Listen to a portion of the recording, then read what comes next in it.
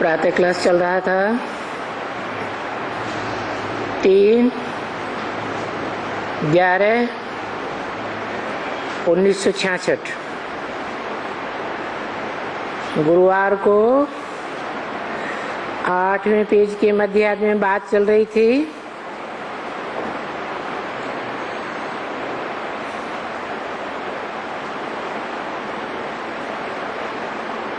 बाबा ने किसी बच्चे की तरफ इशारा किया।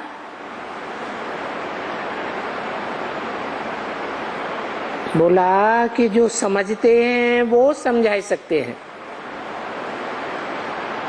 खुद ही नहीं समझते तो औरों को कैसे समझावेंगे।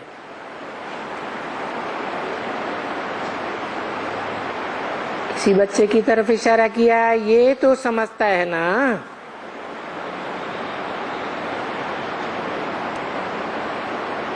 बैठा है ये ना समझने वाला, समझ करके समझाने वाला बैठे तो है ना। और उसमें भी ये आत्मा समझेगी तो अपने लिए ही कल्याण है ना, क्योंकि जो करेगा सो पाएगा। ये करेगी तो ये पाएगी, और ये करेगी भले तो ये पाएगी।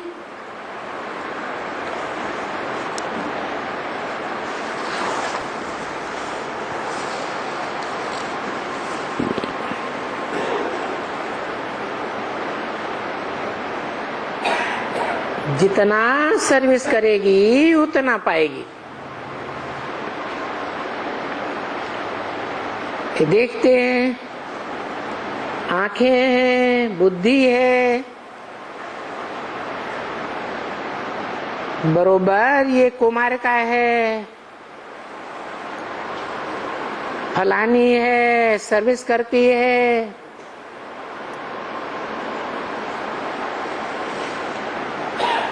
भाई जाओ सेंटर में तो देखो जनक बहुत अच्छी सर्विस करती है।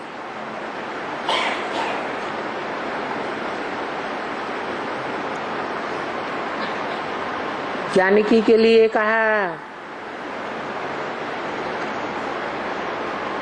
कुमारिका के लिए कहा। जब ये कहा तो ब्रह्मा बाबा की दृष्टि किस तरफ गई है?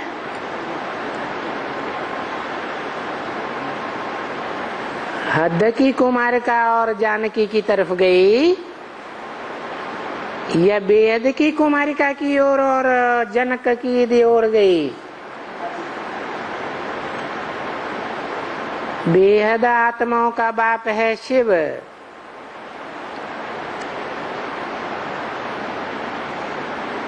जो आत्माओं को देखता है। 5000 वर्ष में कौन जास्ती से जास्ती आत्मिक स्थिति में रहने वाली आत्मा है? देवान में आने वाली नहीं है।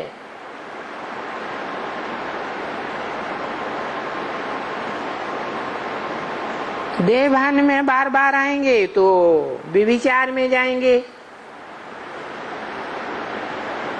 आत्मा बयानी होंगे तो जरूर अब विचारी होंगे। तो बाबा ने जो आत्माओं का बेहद का बाप है, वो कौन सी कुमारिका की तरफ इशारा किया है?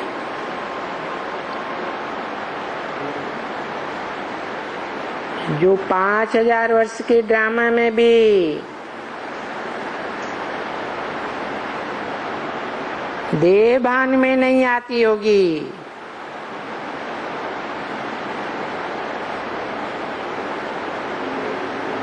आत्माभिमानी बनकर रहती हो।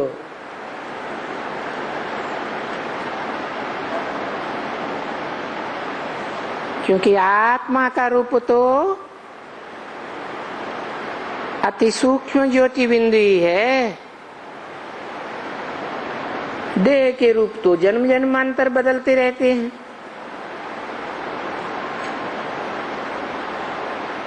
तो बोला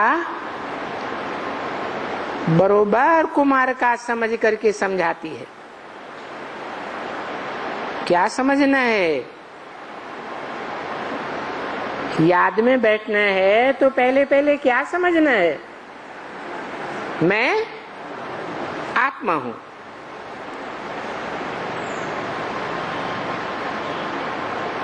देह नहीं हूं। और ये समझने वाला दूसरी आत्माओं को भी यही समझाएगा कि तुम देह नहीं हो, पहले पहले तो तुम आत्मा हो।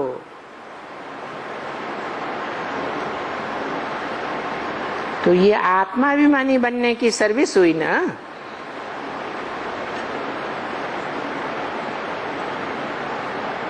जानकी का नाम लिया, ये भी बहुत सर्विस करती है। शास्त्रों में जानकी नाम किसका दिया हुआ है? जोर से बोलो। जनक की पुत्री जानकी, सीता,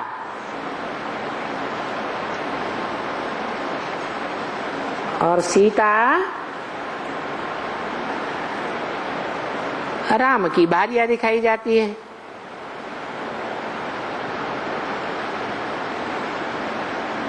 तो बोला ये बहुत सर्विस करती है।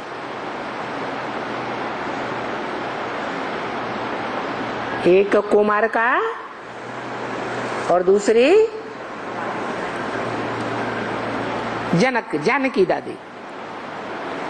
देह के आधार पे देखेंगे तो दादी,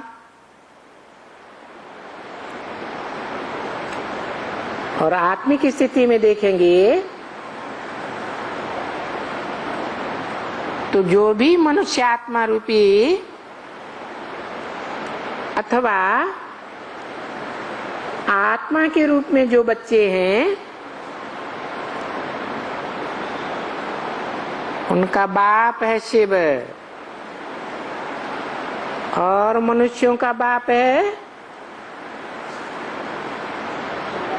प्रजापिता। तो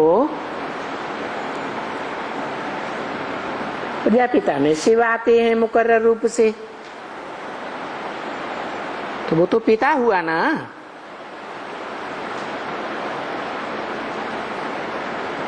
और जो सारे संसार का पिता है, जगतम पितरम वंदे कहा जाता है,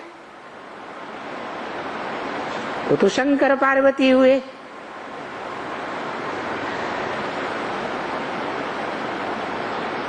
और पिता का पिता कौन है? बाबा।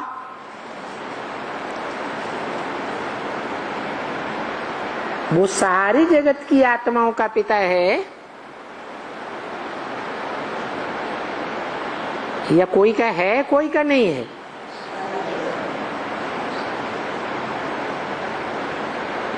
तो उसकी भार्या कौन, जिसे हम कहते हैं शिव बाबा। क्योंकि शिव प्रवेश है तो बाबा है।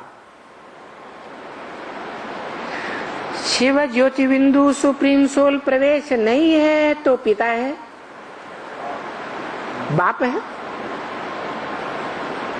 तो प्रवेश करके बाबा बनता है, ग्रैंडफादर बनता है। तो ग्रैंडफादर की सहयोगिनी शक्ति को क्या कहेंगे? Grand mother. हिंदी में कहते हैं दादी माँ। क्या कहते हैं? दादी माँ। सब मनुष्यों की दादी, जो भी मनुष्य आत्माएं हैं सब की दादी।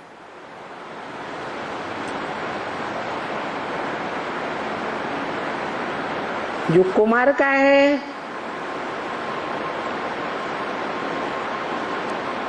वो तो कुमारी जीवन व्यतीत करने वाली है, खास करके संगम युग में।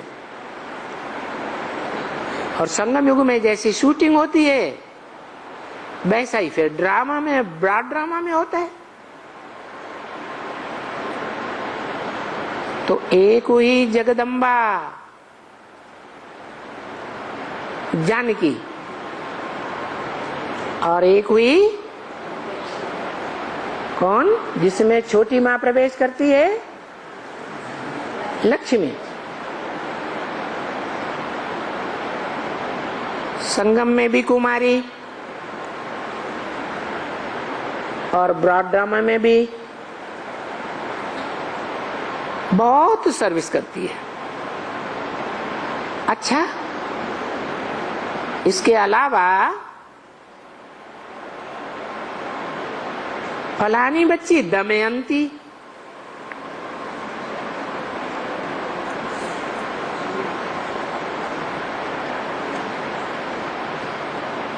बाबा ब्रह्मा बाबा की नजर तो कोई दमयंती नामधारी देहधारी की तरफ गई। शिव बाबा ने किसको बोला होगा?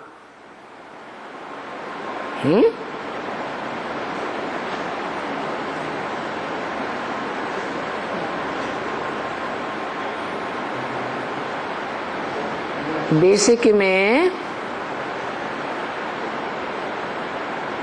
योग शिविर का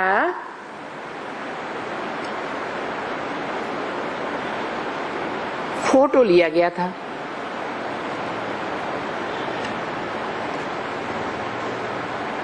वीसीडी तैयार हुई थी। उस वीसीडी में योग शिविर में एक चेहरे को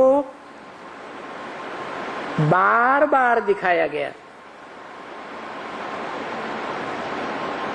क्योंकि चेहरा एकदम दमदमाता हुआ था। याद में चेहरा दमदमाता है ना, रूहानियत बढ़ जाती है या नहीं? याद में चेहरे की रूहानियत बढ़ी हुई दिखाई देती है या नहीं दिखाई देती है? बढ़ी हुई दिखाई देती है। तो नाम लिया दमयंती, बहुत सर्विस करती है। जब सर्विस करती है तो बड़ी वाह निकलती है। क्या कैसे वाह निकलती है? जब सर्विस करती है, ईश्वरीय सेवा करती है। तो हम भी क्यों न वही सेवा करें जो दमयंती ने की। क्या सेवा है? नहीं, दमयंती ने वो सेवा की जो बेसिक में भी कोई नहीं कर सका। लोक लाज सारी त्याग दी।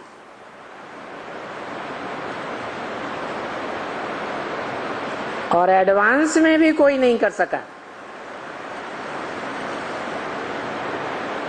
आत्मा वो ही। बेसिक में कौन थी? एकदम आदि में बड़े संगठन के बीच आती थी और बाबा के गले लिपट जाती थी। लोकलाज आती थी, उसे लोकलाज आती थी है कि ये सभा में इतने लोग बैठे हुए हैं, ये क्या कहेंगे। अरे मीरा ने लोकलाज खोई या नहीं खोई? वो तो भक्तिन थी, प्रैक्टिकल में भगवान तो नहीं मिला। और उस भंगिन को, मेहता रानी को तो प्रैक्टिकल में मिला या नहीं मिला? मिला। तो बोला जैसी सर्विस उसने की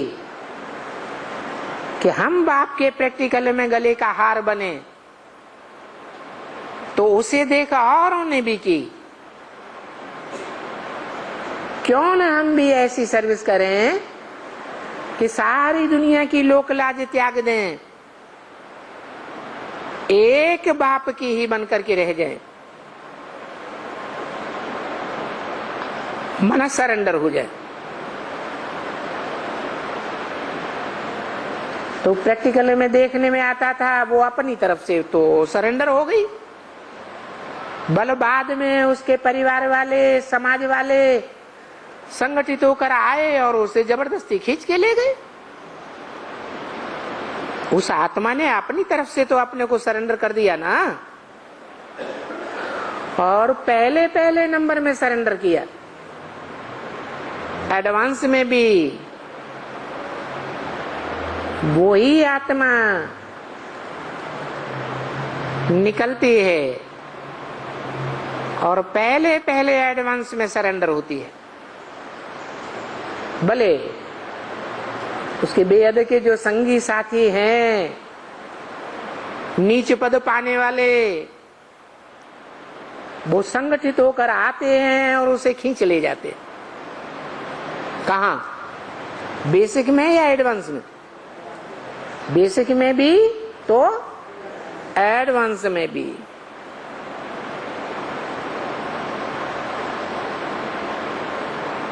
कहाँ भी प्रदर्शनी हो, समझो कोई सर्वेंट है वहां या कहाँ का भी,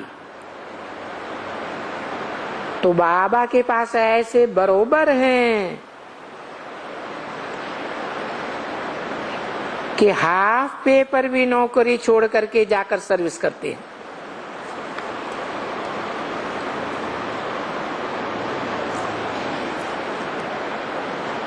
और फुल पे भी छोड़ करके सर्विस जाकर करते हैं। बाबा पूछते हैं, बाबा उन बच्चों से पूछते हैं कि तुमको दरकार है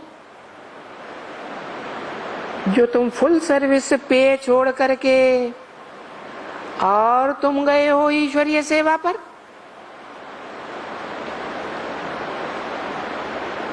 फिर तुम्हारे बाल बच्चों को, घर वालों को, परिवार वालों को तकलीफ नहीं होती है?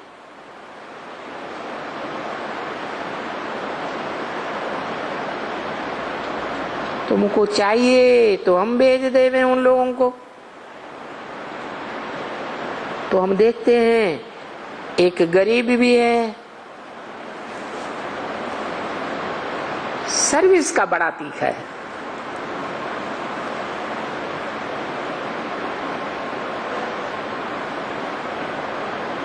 पता नहीं इनको कुछ दिक्कत हो जाए, क्योंकि परिवार में गरीबी है। तो कभी भी कोई नहीं कहते हैं कि बाबा हमको कोई तकलीफ होती है नौकरी छोड़ने में। नहीं,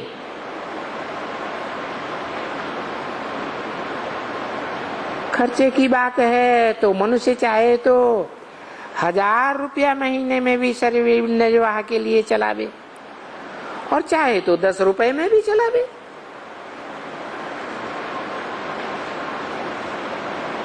उस समय सन 66 में तो बहुत, और ये 66 की तो बात भी नहीं है बेसिक में, वो तो शुरुआत की बात है। और एडवांस की शुरुआत में 76 था। 76 में भी बहुत सस्ताई थी, तो बोला चाहे तो 10 रुपए में भी खर्चा चलावे। ये है तो मनुष्य के हाथ में। क्या? कम खर्चे बालानसी बनना। ये पेट तो पुरुषार्थ करने के लिए सिर्फ 1 पाव रोटी मांगता है। क्या? 1 पाव आटे से नमक डाल के रोटी बना के खाता रहे तो जिंदा रहेगा या नहीं रहेगा? पुरुषार्थ हो सकता है कि नहीं हो सकता है? हैं? हो सकता है। और 2 कपड़ा तन पर चाहते हैं।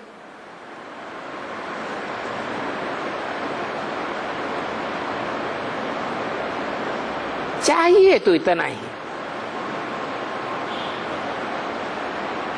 पीछे कोई का खर्चा 10 रुपए मास का, कोई का 15 रुपए मास का।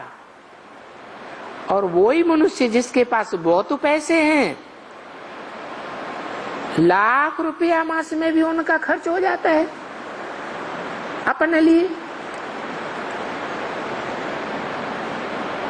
तो है ना मनुष्य का ही खर्चा।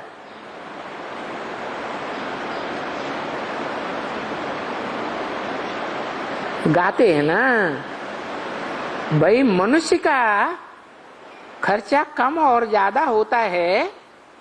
उदाहरण के लिए देते थे, कहते थे भाई नेहरू का खर्चा कितना था?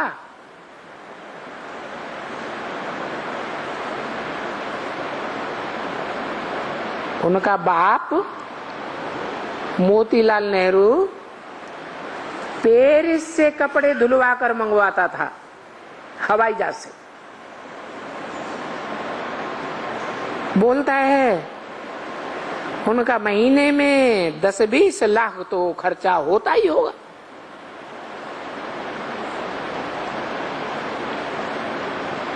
और भी जास्ती होता होगा। मैं तो समझता हूं महीने में लाख से भी जास्ती खर्चा होता होगा।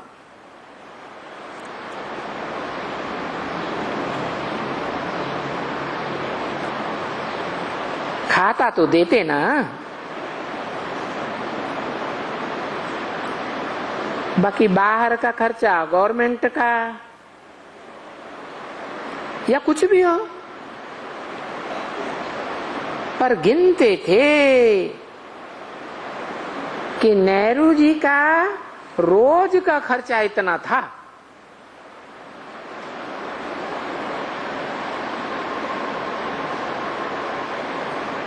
तो क्यों था?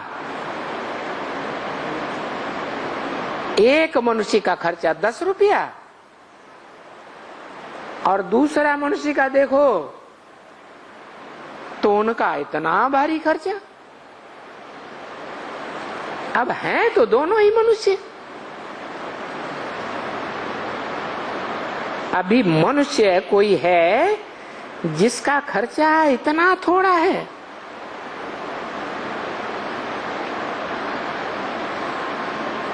कब की बात बताई?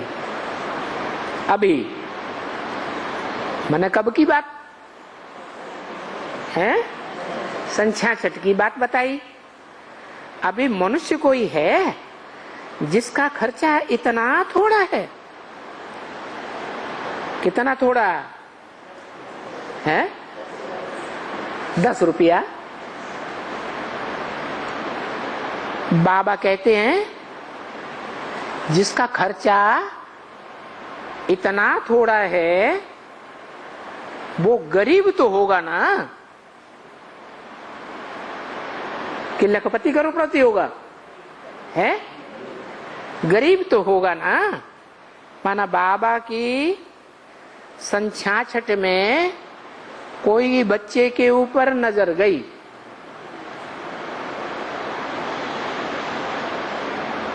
वो बच्चा गरीब तो होगा ना। तो देखो वो आकर के हम उनके लिए मेहनत भी बहुत थोड़ी ले आते हैं। क्या ऐसे कम खर्च वाला नसी बच्चे के लिए बाबा क्या करते हैं? बहुत थोड़ी मेहनत लेकर आते हैं, क्या है जिसमें खर्चा कुछ भी ना हो। ऐसी कौन सी सेवा है, ऐसी कौन सी सर्विस है जिसमें उसका खर्चा चलता रहे। उस सर्विस में खर्चा कुछ भी नहीं और सर्विस बहुत ऊंची करता रहे। क्या सर्विस बताई हैं? अंदर ही अंदर बोल देते, इसमें भरने दो ना। है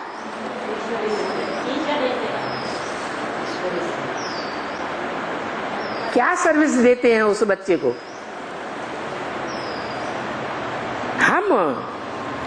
हम माने कौन?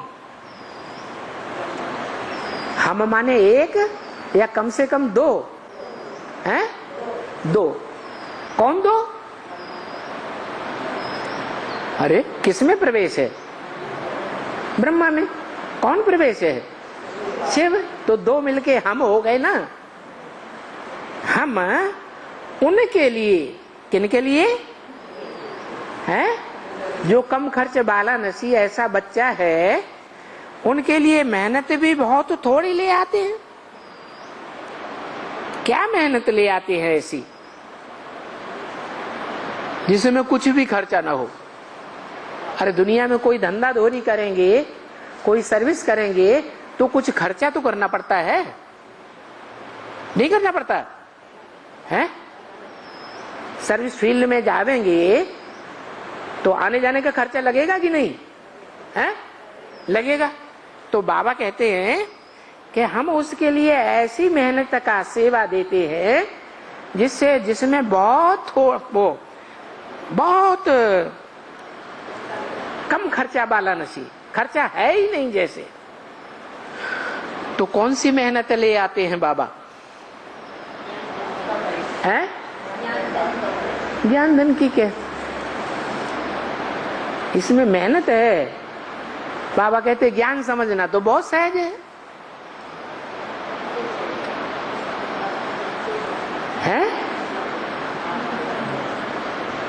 आप ही बताओ।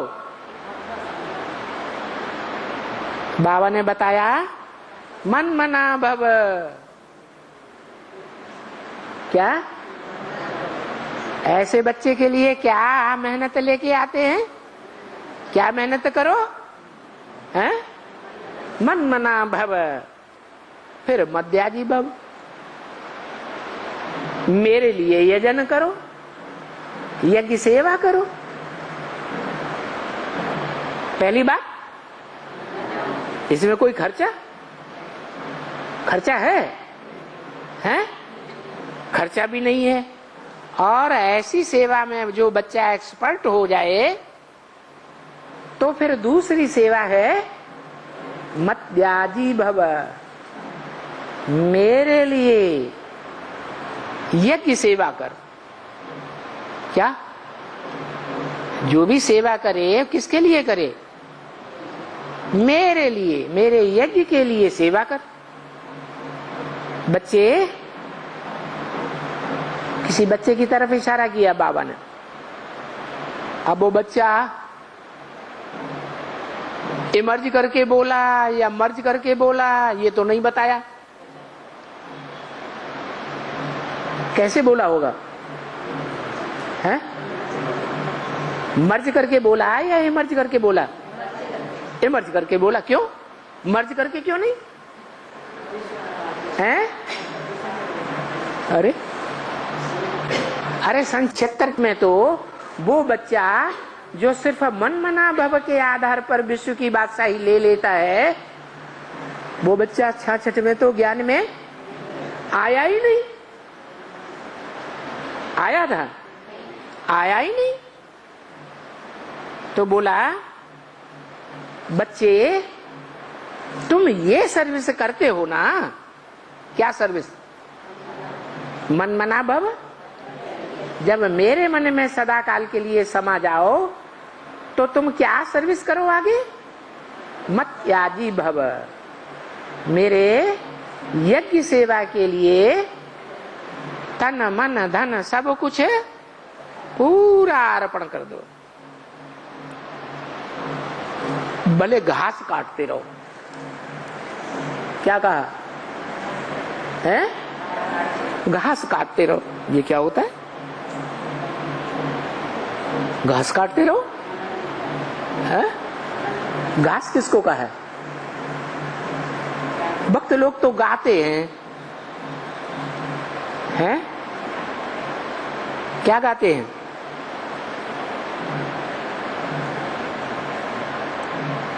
अरे घास खाएं गऊ में, दूध पिए ग्वाल, माखन मिश्री मदन गोपाल। गाते हैं कि नहीं? भक्ति मार्ग में, नॉर्थ इंडिया में बहुत गाते हैं।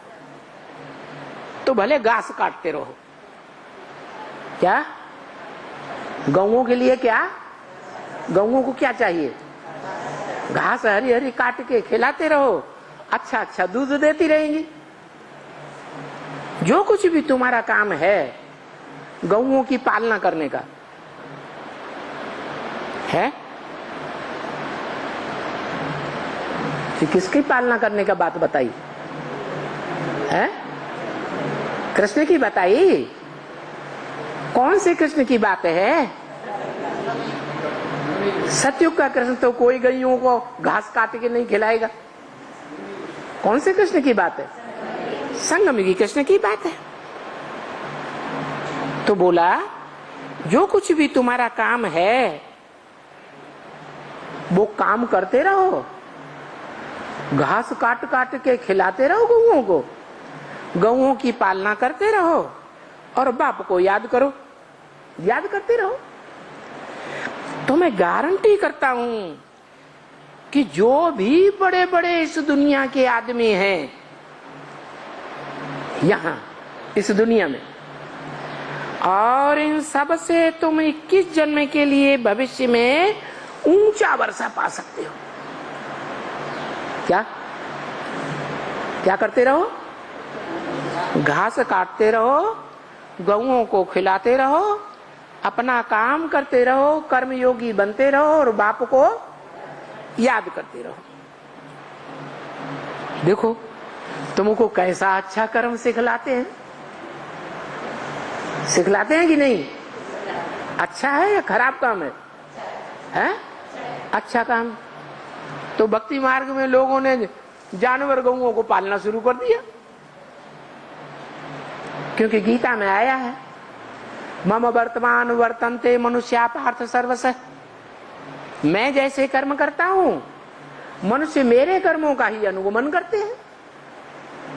तो लोगों ने भक्ति मार्ग में समझ लिया कृष्ण ने गऊएं चराई थी तो हम भी क्या करें? गौशाला खोलें, गऊएं चराएं। देखो बाबा तुमको कितना अच्छा कर्म सिखलाते हैं। कर्म अकर्म विकर्म की गति भगवान ने समझाई है ना। क्या समझाया? कर्म क्या है? कर्मेंद्रियों से जो कर्म किए जाते हैं उन कर्मों का हिसाब किताब बनता है या नहीं बनता है? हैं? बनता है। कैसे बनता है? हैं? अरे जिसकी याद में जो कर्म किया जाएगा, मनसा जिस कर्म में लगाई जाएगी, तो जिसकी याद में लगाई जाएगी उसके साथ कर्म बंधन बंधेगा या नहीं बंधेगा? है? नहीं बंधेगा? बंधेगा। कर्म बंधन बंधेगा। बंधन तो जरूर जो कर्म किया है जिसके साथ वो दुख देने का कर्म किया है या सुख देने का किया है? हैं? दुख देने का कर्म किया है तो बंधन में आ जाएगा। कर्म बंधन बंधेगा। पुण्य कर्म बनेगा या पाप कर्म बनेगा? पाप कर्म बनेगा। और पुण्य कर्म कब बनता है? बाप की श्रीमत के अनुसार जो कर्म किया जाएगा वो पुण्य कर्म बनेगा। पाप करे तो दुख देने की बात हो गई, और सुख देवे तो पुण्य कर्म हुआ। तो ये हुआ कर्म। और फिर अकर्म कब होता है? कर्म। कर्म ही न बंधन बंधे, न सुख का बंधे और न दुख का। तो किसकी याद करे? जो न सुख का बंधन बंधे न दुख का बंधन बंधे। ऐसी याद किसकी है? हैं? शिव की। जैसा संग बुद्धि से वैसा रंग लगेगा। शिव जो है करता है कि अकर्ता? शिव क्या है? अकर्ता। उसको तो अपनी देह ही नहीं है, तो आत्मिक स्थिति में सदैव रहता है। स्व स्थिति में रहने वाला कर्मेंद्रियों से भी कोई कर्म करेगा, किसी में प्रवेश करके मान लो कर्म करता है स्व स्थिति में रह करके, तो उसका कर्म बंधन बंधेगा है? न सुख का बंधन बंधेगा न दुख का बंधन बंधेगा। सुख का बंधन बंधे सुप्रीम सोल को तो स्वर्ग में जाना पड़े कि नहीं? और दुख का बंधन बांधे तो नरक द्वैतवादी दुनिया में जाना पड़े। तो वो तो सुख दुख दोनों से परे है। तो उसकी याद में रह करके जो भी कर्म तुम बच्चे करेंगे तो तुम्हारा भी क्या बनेगा? अकर्म बन जाएगा। उस योग निष्ठ निष्ठा में स्थिर होकर अगर 100% याद में ऐसी निस्थिर होकर के कोई सारी दुनिया का विनाश कर बैठे तो भी उसके ऊपर कोई पाप नहीं लगेगा। और मुरली में भी बाबा ने ऐसे ही बोला है, क्या? मैं ऐसे से विनाश कराता हूं जिसके ऊपर विनाश का कोई पाप न लगे। ऐसे हो सकता है? नहीं हो सकता? हो तो सकता है। तो ये अकर्म हो गया। क्या? सारे संसार का विनाश हुआ तो जो याद में नहीं होंगे, याद में तो आत्मिक स्टेज में बाप की याद में रहने वाले तो 4.5 लाख ही है। कितने हैं? एक्यूरेट याद में रहने वाले 4.5 लाख, यथा राजा तथा प्रजा। और बाकी दुनिया जो है 500-700 करोड़ मनुष्य की, वो तो उतना गहरी याद नहीं कर पाती। तो जब गहरी याद नहीं कर पाती, साकार में निराकार को याद ही नहीं कर पाती, क्या प्रवृत्ति मार्ग वाले हुए या निवृत्ति मार्ग वाले हुए? हैं? निवृत्ति मार्ग वाले हो गए, क्योंकि याद में भी प्रवृत्ति है। निराकार आत्मा और साकार शरीर। तो जिसे शिव बाबा कहा जाता है, साकार में निराकार को याद करना, उसी स्थिति में जो नहीं ठहर सकते वो कितने हैं?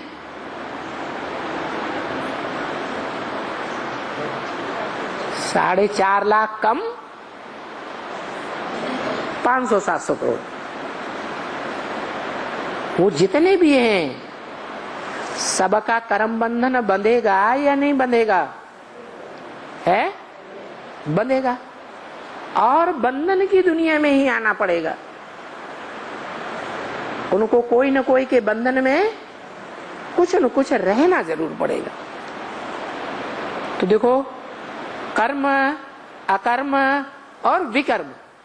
वि माने विपरीत, कर्म माने कर्म। काहे के विपरीत कर्म?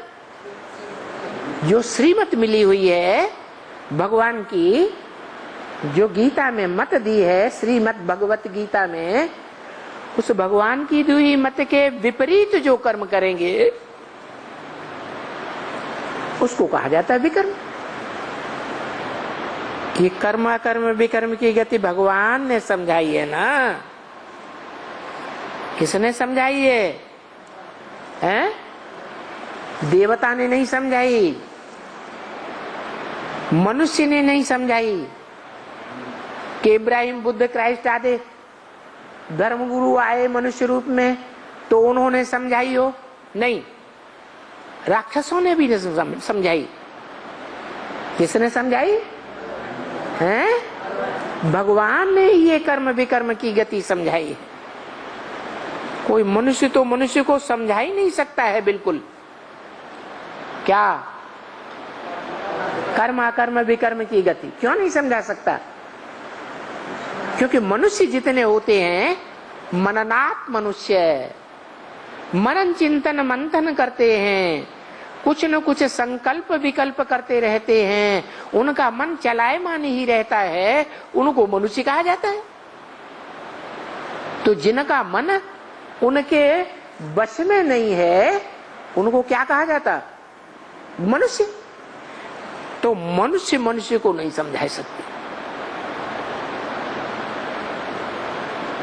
जो अपने मन को पूरा कंट्रोल कर ले।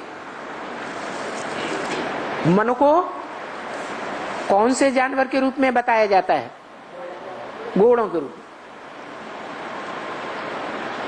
में। भगवत गीता में कृष्ण के रथ में घोड़े जुटे हुए, उन घोड़ों को वश में करे, कंट्रोल करे, बुद्धि की लगाम लगा करके, जैसे चाहे वैसे चले। तो ये काम मनुष्य का नहीं है, मनुष्य आत्मा का नहीं है। वो मनुष्य आत्मा चाहे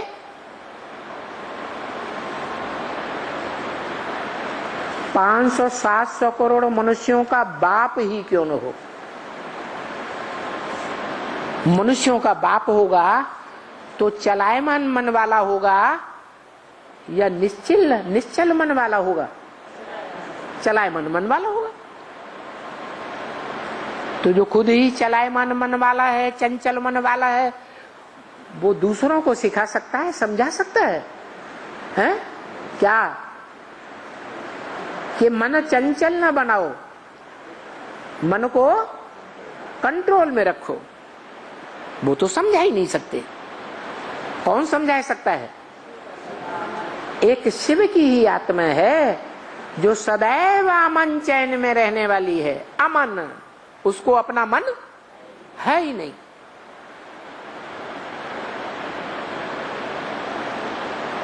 बाप आकर समझाते हैं। कौन सा बाप है? बेहद का बाप। अरे बेहद के बाप भी तो दो हैं, एक मनुष्यों का बाप और दूसरा है हाँ आत्माओं का बाप। तो कौन समझा सकते हैं मन को कंट्रोल करना? आत्माओं का बाप समझा सकते हैं। जो मनुष्यों का बाप है उसका अपना मन कंट्रोल में है जब तक समझे नहीं, जब तक गीता ज्ञान को स्वयं न समझे।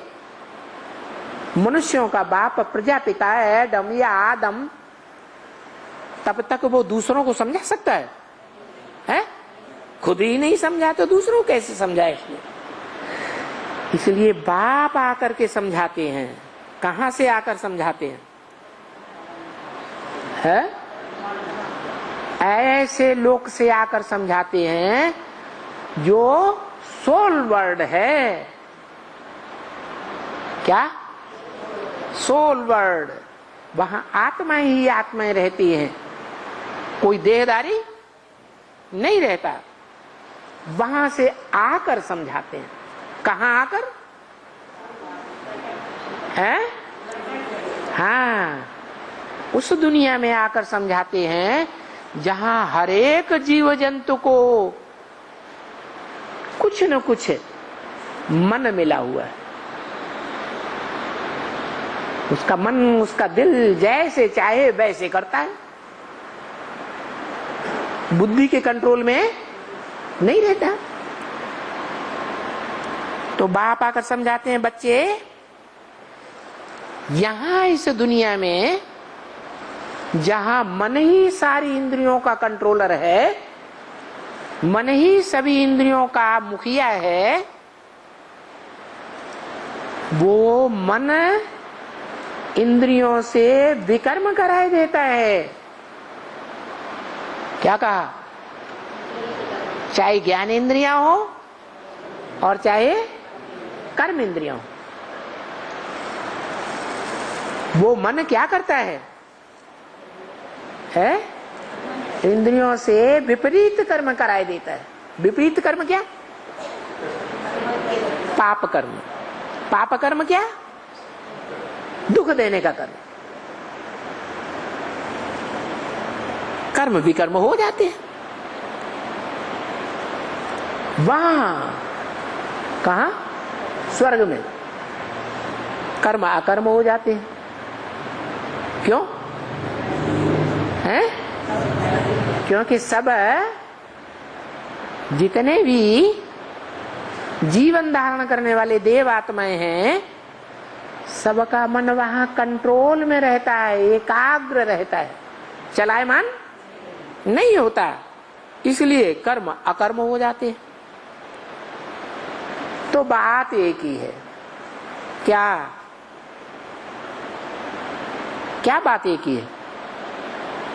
मन जीते जगत जीते। फिर मन भी कौन सी इंद्रिय को कंट्रोल कर ले?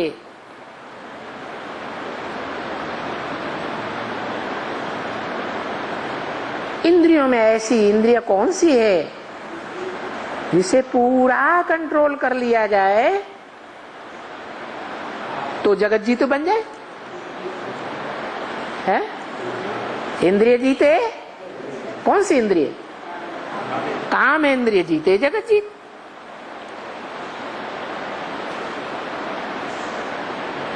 तो कर्म अकर्म विकर्म का अर्थ कोई थोड़े ही जानते हैं, कोई भी नहीं जानते हैं।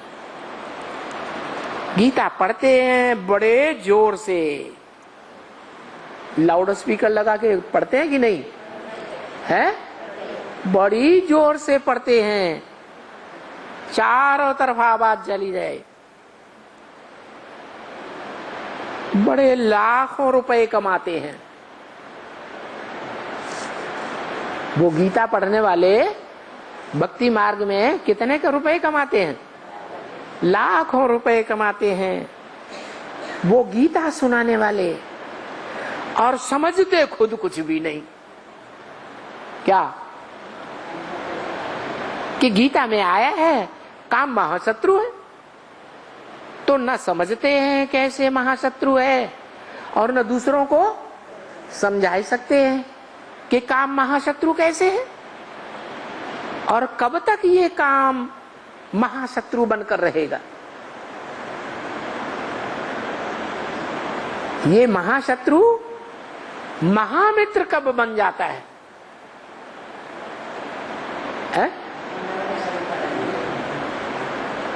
अरे जो बड़े से बड़ा मित्र हो दुनिया में,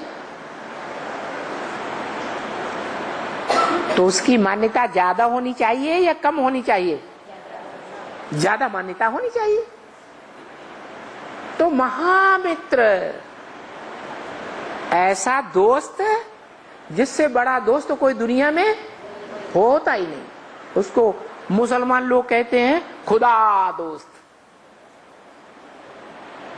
तो खुदा दोस्त की तो ऐसा दोस्त है, उसकी तो पूजा होनी चाहिए ना, बहुत मान्यता होनी चाहिए ना। होनी चाहिए कि नहीं होनी चाहिए? कौन है भक्ति मार्ग में ऐसा? कौन है जो खुदा दोस्त है?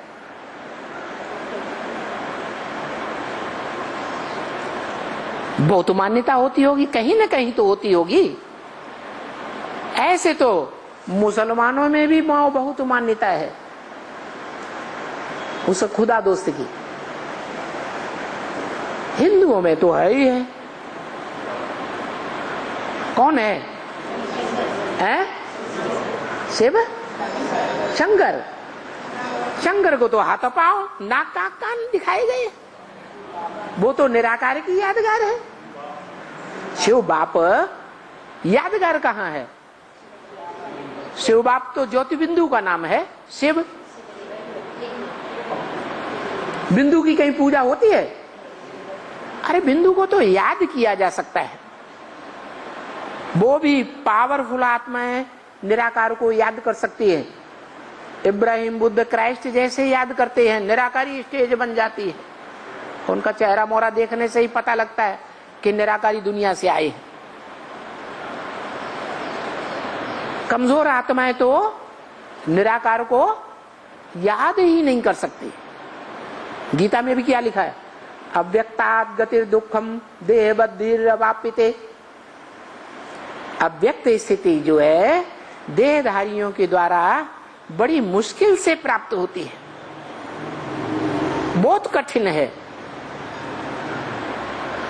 निराकार को याद करना। तो उस निराकार को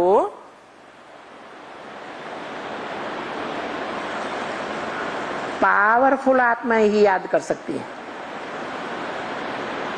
तो सहज रास्ता क्या है जो सबके लिए सहज हो जाए? साकार में निराकार को याद करें। लेकिन कौन याद कर सकेंगे? क्या 500-700 करोड़ साकार को समझेंगे? हैं? साकार में निराकार को समझ लेंगे, पहचान लेंगे? नहीं पहचानेंगे। वो साकार को पकड़ लेंगे जो झाड़ के चित्र में ऊपर बैठा हुआ दिखाया गया। अखबारों में देखेंगे तो उसको याद करेंगे, टीवी में देखेंगे तो उस साकार को याद करेंगे। ये बुद्धि में नहीं आएगा कि इसमें वो निराकार अल्लाह मियां बैठा हुआ है। गाते भी हैं मुसलमान लोग, क्या आदम को खुदा मत कहो, आदम खुदा नहीं, खुदा के नूर से, लेकिन आदम जुदा नहीं। जो खुदा का नूर है वो आदम में आ जाता है। इसलिए आदम और उसका नूर एक दूसरे से जुदा नहीं है, अलग नहीं है, लेकिन आदम खुदा भी नहीं है। जब वो आता है तो आदम आते ही, वो शिव जब साकार में आता है तो क्या वो साकार शरीरधारी उसी समय से खुदा हो जाता है? हो जाता है? नहीं, पुरुषार्थ तो करना पड़े ना। किस बात का? अपन को आत्मा समझकर बाप को, निराकार को याद करने का पुरुषार्थ तो करना पड़े। तो जो इन बातों को समझते हैं वो ही समझा सकते हैं। अपन को भी आत्मा नहीं समझते और दूसरों को भी आत्मा नहीं समझते। तो ऐसा करने से कुछ फायदा होता है? अपन को भी देह समझते और दूसरों को भी देह समझते, तो ऐसों को कोई फायदा हो सकता है? कोई फायदा नहीं हो सकता। दिन प्रतिदिन भ्रष्टाचारी बनते जाते हैं। क्या? अगर आत्मक रूप में अपने को देखने की पक्की प्रैक्टिस न की पाई और दूसरों को भी आत्मिक स्थिति में देखने की प्रैक्टिस न कर पाई, प्रयास भी करते हैं कोई कोई कि हम भ्रकुटी के मध्य में, भ्रवोर मध्य प्राणमावेश सम्यक, भ्रकुटी के मध्य में जैसे गीता में कहा है प्राण रूप आत्मा को देखें, अणोअणि अंशम को देखें, अणु से भी जो अणु है सूक्ष्म उसको देखें। ऐसे देखने की प्रैक्टिस तो करते हैं, लेकिन एक क्षण प्रैक्टिस रहती है और फट से बुद्धि कहाँ चली जाती है? देह की तरफ चली जाती। तो अगर देह की तरफ जो विनाशी है चीज देह, उसकी तरफ ही बुद्धि की एकाग्रता बनी रहेगी, तो शिष्टाचारी बनेंगे या भ्रष्टाचारी बनेंगे? भ्रष्टाचारी बन जाते हैं। 3/66 की वाणी का 9वां पेज। खुद भी भ्रष्टाचारी, क्या? जो ऐसे करते हैं कि ना अपन को आत्म की स्थिति में देखते हैं, न दूसरे की भ्रकुटी में आत्मा देखने का अभ्यास पक्का किया है, वो भले लाखों को समझाते रहे, क्या समझाते रहे कि तुम आत्मा हो, हम आत्मा, गीत गाते रहे, हम हैं आत्मा, तुम हो आत्मा, आपस में भाई भाई, गाते हैं कि नहीं? नहीं गाते? गाते हैं। तो वो समझाने वाले, गीत गाने वाले, वो भी भ्रष्टाचारी समझे जाते हैं, और जिनको समझाते हैं उनको भी भ्रष्टाचारी बनाते हैं, क्योंकि खुद गाते हैं लेकिन झूठी बात गाते हैं, क्योंकि प्रैक्टिकल में तो फेल हैं। सिर्फ थ्योरी समझाते हैं या प्रैक्टिकल में भी फॉलो करते हैं? प्रैक्टिकल में इस ज्ञान को फॉलो करते हैं कि हम हैं आत्मा, तुम हो आत्मा, आपस में भाई भाई हैं? नहीं, जरूरत पड़ती है तो बाहुबल भी चला देते हैं, गालियां और ग्लानी भी करने लग पड़ते हैं। तो भाई भाई हुए नहीं हुए, क्योंकि दूसरों को झूठ बतलाते रहते हैं। तो जो दूसरों को झूठ बताएगा वो खुद कैसे शिष्टाचारी दुनिया में आने योग्य बन जाएगा? यानी वो कहते तो हैं कि भगवान ने ये बात बताई है, इसलिए ये बात मानो कि हम हैं आत्मा, तुम हो आत्मा, आत्मा आत्मा भाई भाई हैं। भगवान ने बोला है मन मना भव, मध्याजी भव। तो भगवान जब आवे तब ही बुद्धि में बैठेगा ना, है? भगवान प्रैक्टिकल में सामने आ जावे तब वो प्रैक्टिस पक्की होगी, या सिर्फ दूसरों को समझाने से, मुख से बोल करने से अपनी और दूसरों की प्रैक्टिस पक्की हो जाएगी? है? हो जाएगा? तो भगवान आवे तब समझावे। तो भगवान आया नहीं है, आ गया, अब तो बुद्धि में बैठता क्यों नहीं? फिर प्रैक्टिस पक्की क्यों नहीं होती है?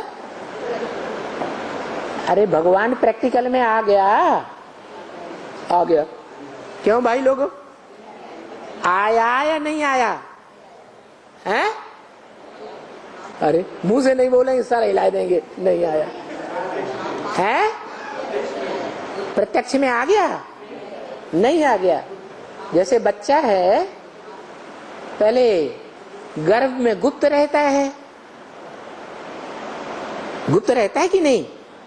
बाद में प्रत्यक्षता रूपी जन्म लेता है।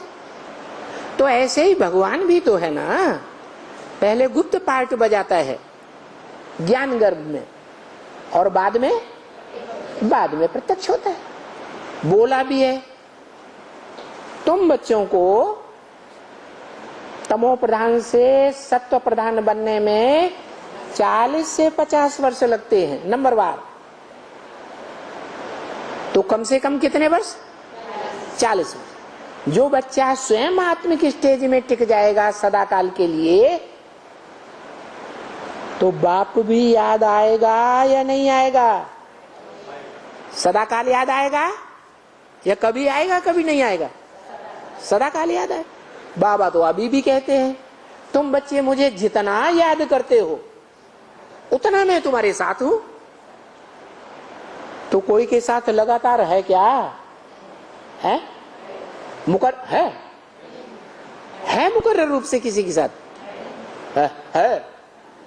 अगर लगातार साथ में है तो वो भगवान हो गया ना फिर, है? फिर भगवान का असर होना चाहिए कि नहीं है? भगवान की बात का असर होना चाहिए या नहीं होना चाहिए?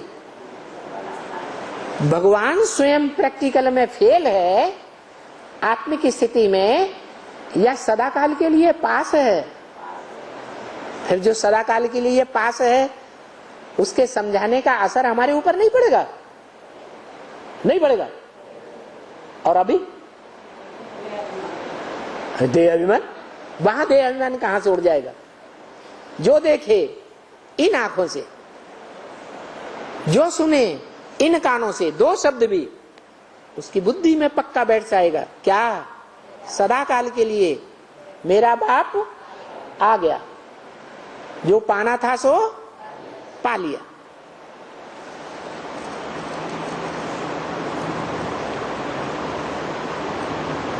ओम शांति।